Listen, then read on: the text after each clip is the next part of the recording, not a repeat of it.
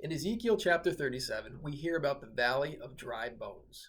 Now, this chapter, it's a metaphor for the nation of Israel.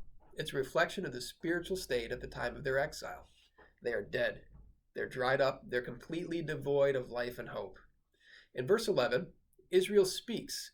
Israel says, "Our bones are dried up and our hope is gone. We are cut off." Now, then God instructs Israel to prophesy over this valley of bones. He says to the bones, "Dry bones, hear the word of the Lord." And as Ezekiel speaks, the bones come together, and tendons and flesh and skin appear. And Ezekiel speaks over the bones a second time, and breath enters the bodies, and they come to life. Now, this event recalls way back in the beginning, when God breathed life into Adam.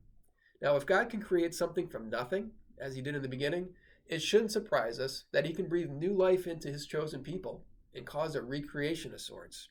Now, this is exactly what God promises to do.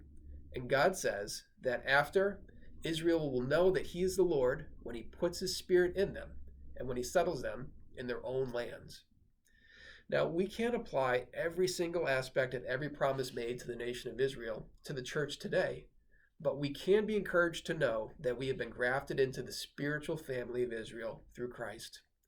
In Christ, we're a new creation, and by his Spirit, he has breathed new life into these dry bones.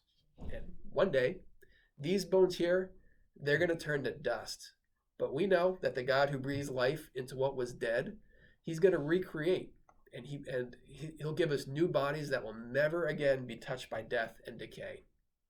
One day, we're going to inhabit a body free from sin and sickness in a recreated world that is free from the corruption of sin.